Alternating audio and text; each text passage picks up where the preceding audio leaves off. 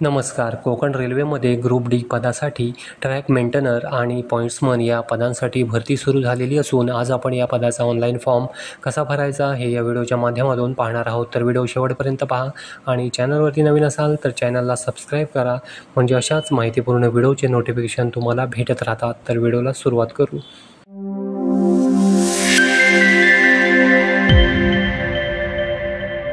वेबसाईटची link डिस्क्रिप्शनमध्ये आहे, त्यावरती क्लिक करून ही वेबसाईट ओपन करून घ्यायची. वेबसाईटवरती आल्यानंतर या ठिकाणी पहिला आहे to view advertisement, click here याच्यावरती क्लिक करायचं आणि जाहिरात डाउनलोड करून वाचून घ्यायची. त्याच्यानंतर तिसरा ऑप्शन आहे टू रजिस्टर. आपण नवीन रजिस्ट्रेशन करणार आहे म्हणून टू रजिस्टरच्या समोर क्लिक हिअर दिसत आहे, त्याच्यावरती आपण क्लिक करणार आहे.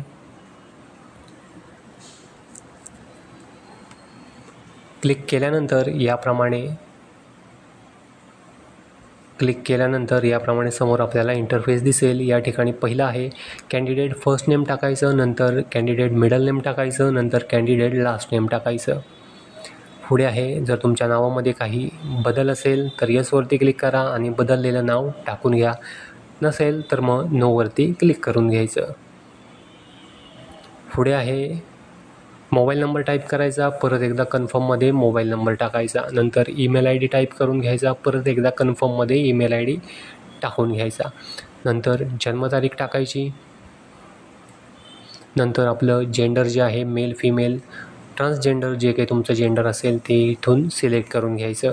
त्याच्यानंतर आहे name of village oblique location, तुमचं गावाचं नाव जे काही असेल ते या ठिकाणी टाईप करून घ्यायचं. नंतर आहे सर्वे नंबर, तुमच्या जागेचा जो सर्वे नंबर आहे तो या ठिकाणी टाईप करायचा. पुढे आहे नेम ऑफ लँड ओनर, ज्यांनी ही जागा कोकण रेल्वेसाठी दिलेली आहे त्या मालकाचं नाव जे आहे ते या ठिकाणी टाईप करून घ्यायचं.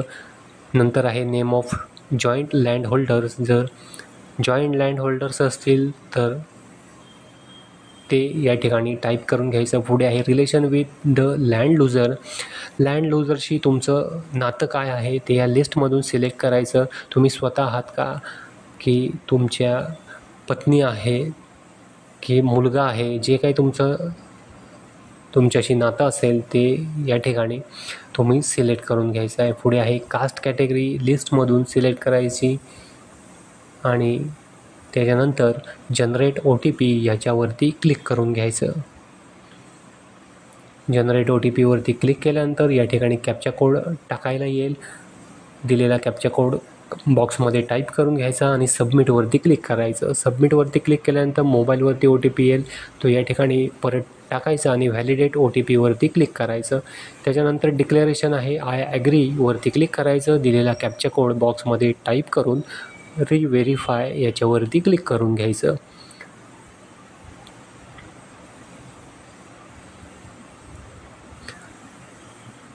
रिव्हेरीफायवरती क्लिक केल्यानंतर जी तुम्ही आत्ता माहिती भरलेली आहे ती सर्वच्या सर्व माहिती या ठिकाणी दिसणार आहे. परत एकदा माहिती चेक करायची आणि समोर जो बॉक्स त्याच्या दिलेला आहे त्या बॉक्समध्ये क्लिक करत जायचं.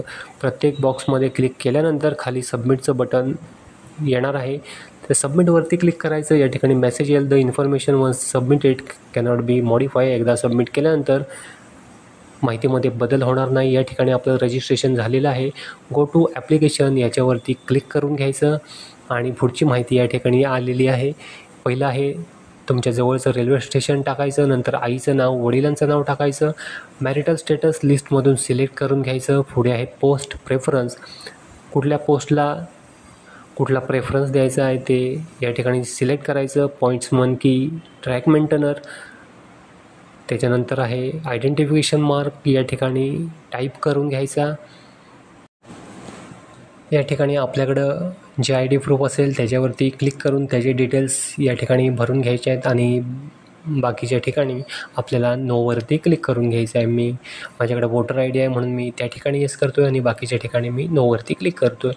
वोटर IDचा नंबर या ठिकाणी टाकायचा आणि वोटर IDवरती जसं नाव आहे ते टाईप करून घ्यायचं. नंतर I hereby declare that याच्यावरती क्लिक करायचं आणि सेव्ह अँड नेक्स्ट याच्यावरती क्लिक करून घ्यायचं. पुढे आहेत ॲडिशनल डिटेल, जर माजी सैनिक असाल तर यसवरती क्लिक करा, नसेल तर मग नोवरती क्लिक करा. पुढे आहे क्या आप राज्य सरकार, केंद्र सरकार, केंद्रीय सार्वजनिक क्षेत्र उपक्रम ऑब्लिक राज्य सार्वजनिक क्षेत्र उपक्रम अन्य संगठन के कर्मचारी है? तर नाही आहे, म्हणून या ठिकाणी नो करून घ्यायचं. त्याच्यानंतर अदर डिटेल्स आहे की आपके खिलाफ कभी कोई FIR या आपराधिक मामला दर्ज किया गया है? तर नाही, म्हणून नोवरती क्लिक करायचं. पुढे आहे की आपको कभी किसी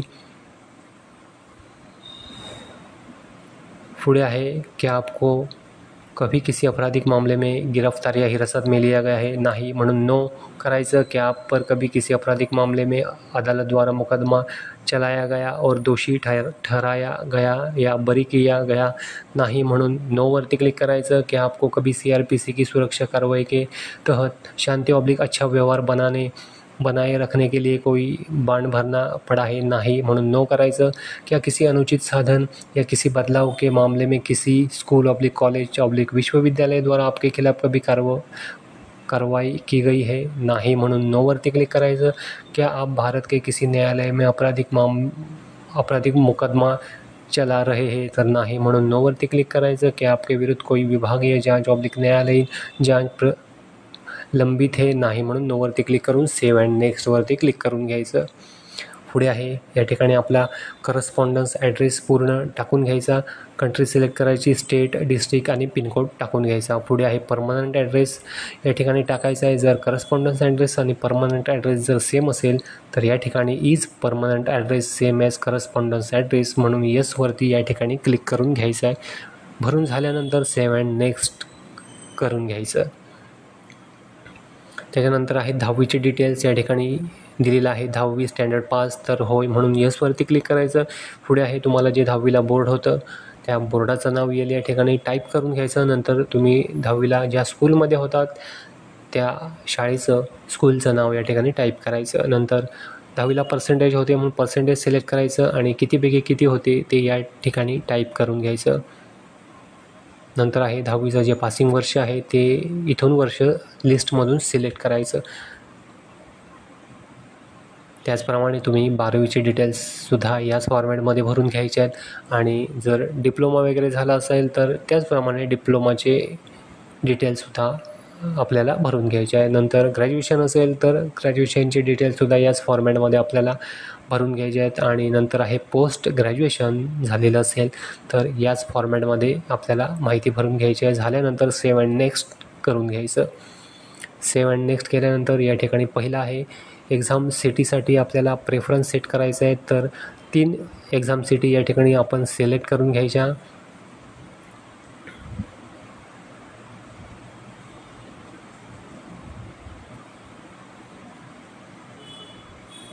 या ठिकाणी कोल्हापूर, पुणे आणि मुंबई अशा 3 एक्झाम सिटी प्रेफरन्स मी सिलेक्ट केल्यात.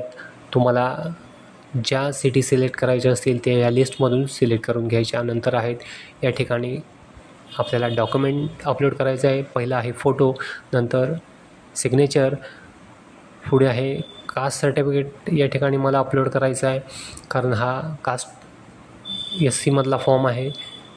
पुढे आहे upload land loser certificate issued by SLAO special land acquisition ऑफिसरचं जे लँड लुजरचं सर्टिफिकेट आहे ते या ठिकाणी अपलोड करून घ्यायचं. आणि upload land loser certificate issued by तहसीलदारचं जे लँड लुजर सर्टिफिकेट आहे ते या ठिकाणी अपलोड करून घ्यायचं. झाल्यानंतर खाली डिक्लरेशन दिलेलं आहे, बॉक्समध्ये क्लिक करायचं. दिलेला कॅप्चा कोड खाली टाईप करून घ्यायचा बॉक्समध्ये आणि प्रिव्ह्यूवरती क्लिक करून घ्यायचं. प्रिव्ह्यूवरती क्लिक केल्यानंतर जी तुम्ही माहिती भरलेली आहे ती सगळी या ठिकाणी दिसणार आहे. प्रत्येक माहिती व्यवस्थित चेक करून घ्यायची आणि बरोबर आहे याची खात्री झाल्यानंतरच आपल्याला पुढे सबमिटवरती क्लिक करून घ्यायचं आहे. जर माहितीमध्ये काही चेंजेस असतील, चुकलेलं असेल तर बॅकवरती क्लिक करून आत्ताच या ठिकाणी आपल्याला करेक्शन करून घ्यायचं आहे आणि व्यवस्थित पूर्ण बरोबर माहिती भरल्यानंतरच आपल्याला सबमिटवरती क्लिक करायचं आहे. सबमिटवरती क्लिक केल्यानंतर या ठिकाणी पेमेंटसाठीची विंडो येईल आणि त्या ठिकाणी आपल्याला पेमेंट करून घ्यायचं आहे. पेमेंट झाल्यानंतर पेमेंटची स्लिप आणि फॉर्मची प्रिंट ही काढून ठेवायची आहे. तर या व्हिडिओमध्ये इतकंच होतं. आशा करतो व्हिडिओ समजला असेल. व्हिडिओ समजला असेल तर व्हिडिओला लाईक करा, शेअर करा आणि आपल्या चॅनलला सबस्क्राईब करा. धन्यवाद.